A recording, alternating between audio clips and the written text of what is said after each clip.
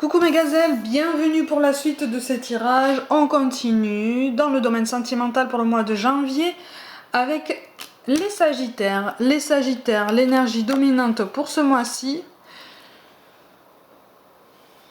On apprend, mais j'ai l'impression qu'on a un œil dans le rétroviseur sans trop vouloir regarder dedans. Il y a comme des responsabilités qu'on n'assume pas forcément encore ou pas complètement, parce que soit on se trouve des excuses, soit il y a une rancœur qui est cachée derrière, et donc qui fait que on veut pas complètement l'assumer parce qu'on estime que c'est pas complètement notre faute. Alors là les cartes, le tirage, et on me dit que c'est justement, c'est pas complètement notre faute, mais il y a des responsabilités à assumer. Et en face de nous, il y a une personne aussi qui doit assumer ses responsabilités. Et qui a tendance à être très accusatrice. Mais on apprend. Et c'est comme si on réfléchissait de son côté à la meilleure façon d'avancer. Mais on contient tout, on ne dit rien, on réfléchit. On fait comme si. Je rappelle que c'est un tirage général, ça peut ne pas correspondre à tout le monde. Prenez ce qui vous parle.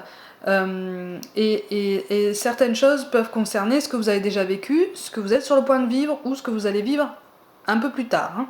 Voilà, le fil du temps c'est pareil, c'est la même histoire. J'ai l'impression qu'on contient beaucoup et qu'on fait comme si. On continue notre vie, on continue le train-train. On se dit que ça va passer, même si on sait qu'en fait ça va pas passer du tout. Qu'on soit seul ou pas, il y a comme une blessure, il y a quelque chose il y a quelque chose qu'on laisse comme ça traîner.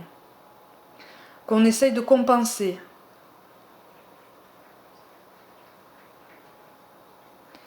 C'est comme si on essayait de le compenser en se persuadant que ça va s'arranger quelle que soit la situation.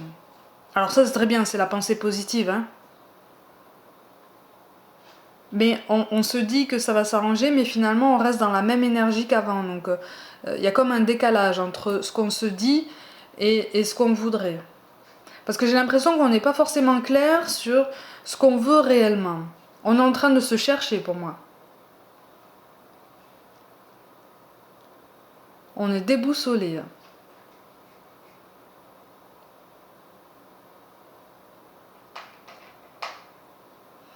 Il y a quelqu'un, soit...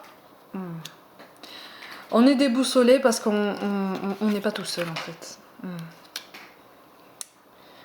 On n'est pas tout seul. Et en fait, on essaie de trouver notre bonheur comme on peut. Et pour l'instant, on est dans cette énergie-là. Alors, il y en a qui s'y retrouvent. Il y en a qui ont besoin de cette insouciance.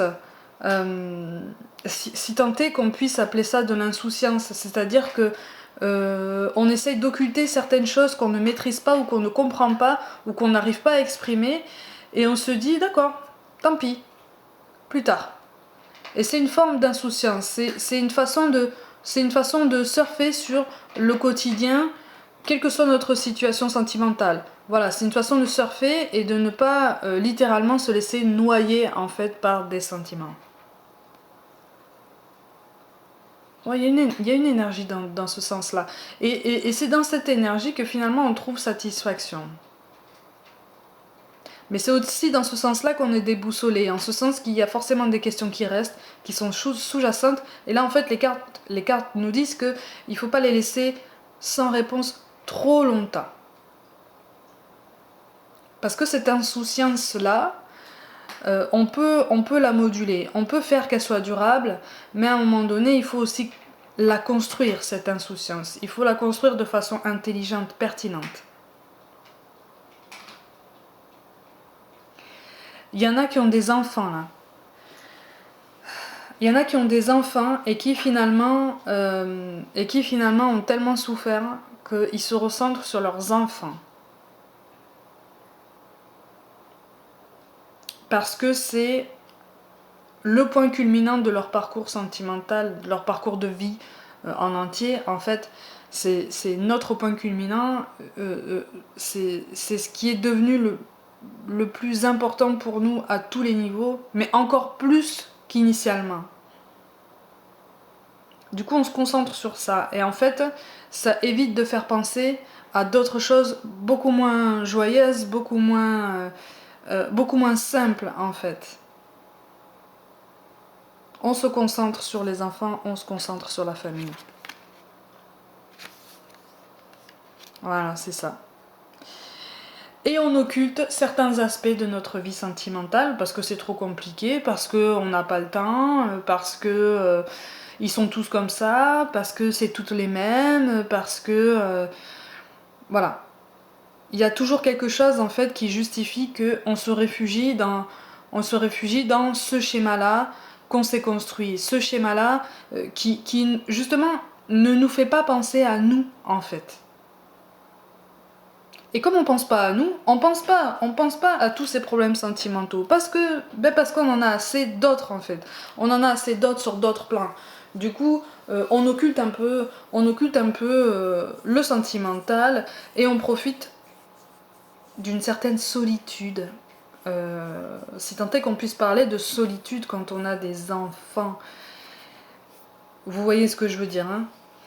C'est cette solitude une fois que les enfants sont couchés ou une fois qu'ils sont pas là, voilà.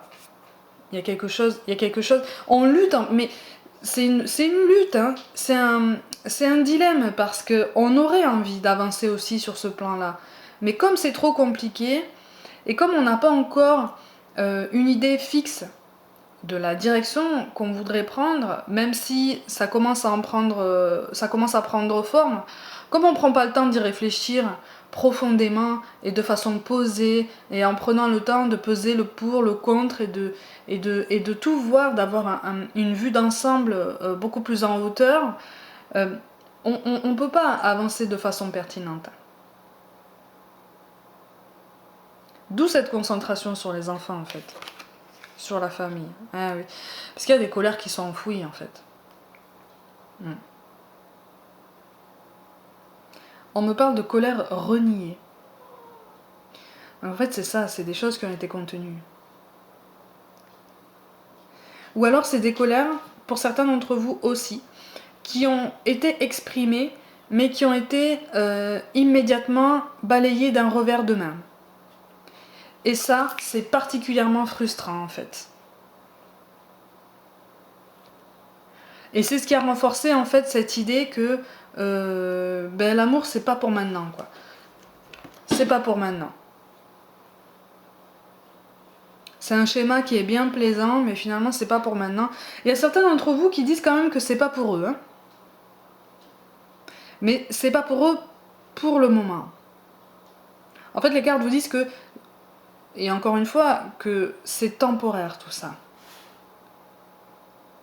C'est comme un moment de flottement ou un moment de toute façon où on pense à autre chose, on pense à quelqu'un d'autre parce qu'il y a plus important.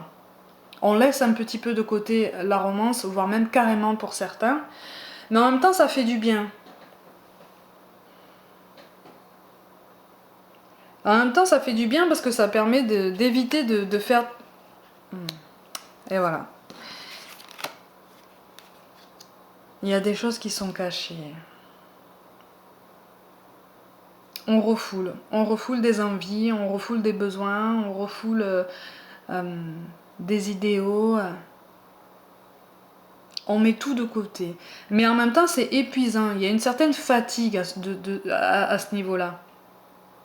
Parce que ce sont des idées dont on a très très envie parce qu'on pense que ça nous rendrait heureux. C'est pour la plupart quelque chose qu'on n'a pas connu en fait. C'est quelques aspects de vie qu'on n'a pas connus et qui finalement nous ont donné envie de les vivre. Parce qu'on n'a pas trouvé satisfaction par le passé. Mais en ce moment, on occulte ça. On occulte, on enfouit et c'est fatigant, c'est épuisant. C'est épuisant parce qu'en fait, on s'aperçoit qu'on ne peut pas atténuer cette colère qui a été... Pour moi, il y a quelqu'un qui vous a rayonné à un moment donné où vous vous êtes ouvert. Vous vous êtes ouvert d'une certaine façon. Soit vous vous êtes ouvert, vous avez parlé de sentiments, soit vous êtes ouvert, vous avez parlé de projets pour aller plus en avant dans votre vie de couple, euh, et moi je vois quelqu'un qui vous rit au nez en fait.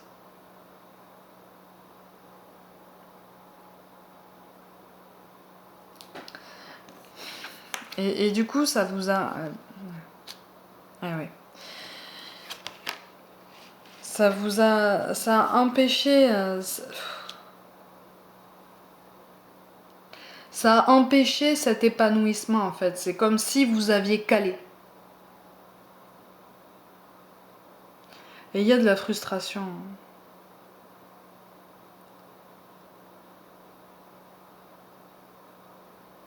Il y a de la frustration. Et du coup, même au niveau de la vie de foyer, vous n'êtes pas serein, quoi.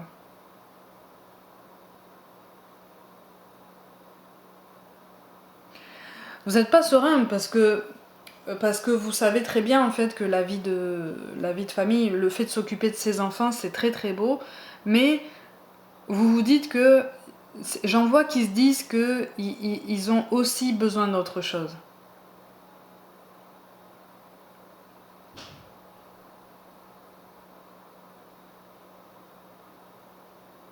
La vie de famille est importante, mais même ça, en fait, même dans ça, il y a une espèce de découragement, il y a une espèce de désillusion, en fait.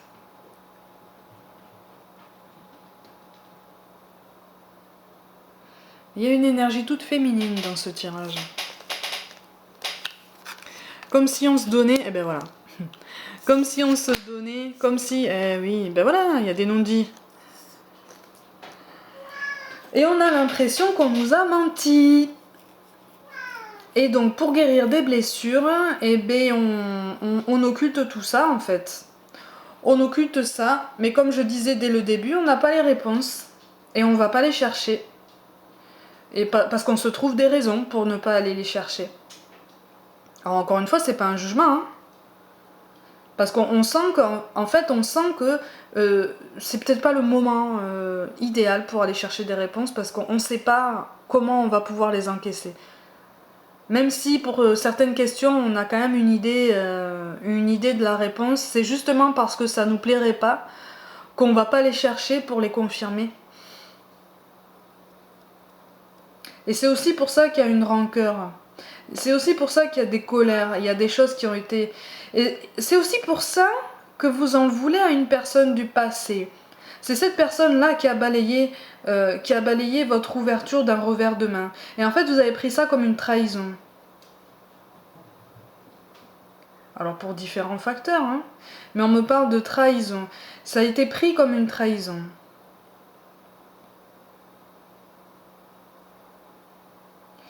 Alors, pour certains, il y en a qui sont en couple, hein. Un couple dans lequel ça va pas super super bien parce que justement, il y a eu cette démarche-là, il y a eu ce balayage d'un revers de main, on a pris ça comme une trahison, on a fait comme si, c'est pour ça que je dis depuis tout à l'heure, on fait comme si de rien. Mais il y a un climat qui commence à devenir un peu lourd, ou en tout cas il y a des couches qui commencent à se superposer là, au niveau des colères, au niveau des sentiments enfouis. Et c'est pour ça qu'on compense avec les enfants. On compense en s'occupant des enfants. Et c'est comme si la communication était troublée, ou voire même carrément coupée. Il y a des sujets qui sont devenus presque tabous là. On veut reprendre le dessus. On veut reprendre le dessus, mais par la force. Vous n'êtes pas un signe de feu pour rien. On veut reprendre le dessus par la force en fait. Ouais. Hmm. On me parle d'orgueil de la famille. Hmm. Hmm. En fait, on a fait de la famille, on a fait du foyer, de l'éducation du foyer notre objectif principal. notre objectif principal, parce que pour nous c'est le seul, ou en tout cas un des seuls domaines dans lesquels on arrive à se débrouiller correctement. Voilà, et on en a fait une fierté, un orgueil. Et du coup, ben voilà, du coup on est devenu un peu hautain. On est devenu un peu hautain, et voilà, on est dans la maîtrise de ce qui se passe. Puisque on met de la distance, on maîtrise les sentiments, on maîtrise le parcours sentimental, on maîtrise la vie de couple, mais en fait on maîtrise ce qui ne se passe pas. On maîtrise parce qu'il ne se passe rien. Pour moi, il y a un éloignement physique aussi de deux personnes là. Un éloignement physique, alors pas forcément géographique, mais physique.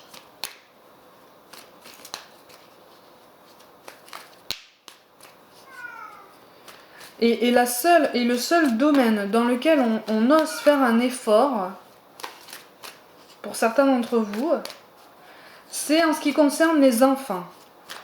C'est-à-dire qu'on n'hésite pas à camper sur ses positions parce qu'on sait que sur l'éducation des enfants, on est exemplaire, ou en tout cas on fait tout en ce sens. Donc on n'est pas très très ouvert aux arguments de l'autre, mais c'est un peu le seul domaine sur lequel il y a discussion. Les enfants. Parce que c'est commun aux deux, quoi. C'est commun aux deux. Mais sinon, la communication est mauvaise. Hein. Merci, monsieur Chat. Bonjour. Ouais, l'équilibre est précaire, en ce sens que, effectivement, là, en fait, vous êtes en train de vous oublier. Vous êtes en train de vous effacer au profit de ce que vous maîtrisez, en fait, l'éducation de la famille. Parce que les douleurs sont là, les non-dits sont encore là, de façon bien présente, et je dirais même de plus en plus présente.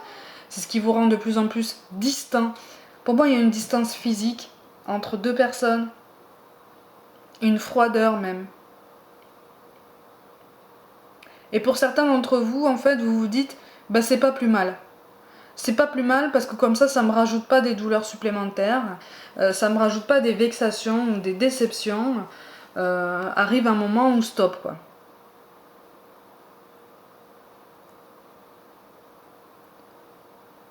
Mais le climat à la maison est pas super parce que finalement, il y a plein de choses contenues.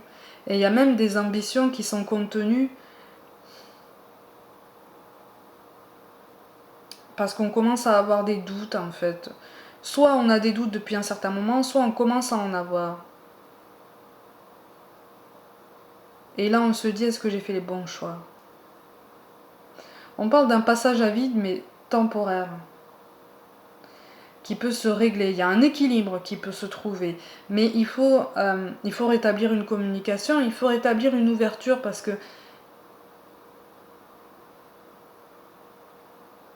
là, on est dans une maîtrise extrême de tout le reste. On maîtrise tout de A à Z, de bout en bout. Comme ça, on n'est pas surpris et on n'est pas déçu. On ne peut qu'être fier. Voilà. Eh oui. Et oui, donc on a envie de prendre une décision radicale. On est en train de réfléchir à ça. À prendre une décision. Et le pire, c'est qu'il y en a... Enfin, le pire. Il y en a qui semblent recevoir des signes en ce sens-là. Il y en a qui ont peut-être une clairvoyance ou quelque chose dans le style qui leur fait comprendre que là, ils sont peut-être pas sur le bon chemin. Du coup, cette solitude-là que vous voyez apparaître, elle est choisie. Elle n'est pas subie, elle est choisie. Pour la plupart d'entre vous, elle est choisie. Mais en fait, on vous encourage à vous ouvrir à nouveau, en fait, à la communication. On vous encourage aussi à vous ouvrir aux signes que vous recevez. cette petite voix que vous entendez, aux sensations physiques que vous pouvez ressentir face à quelqu'un ou face à une parole. Parce que pour certains d'entre vous, vous êtes capable de voir déjà si on vous dit la vérité et si vous allez dans la bonne direction.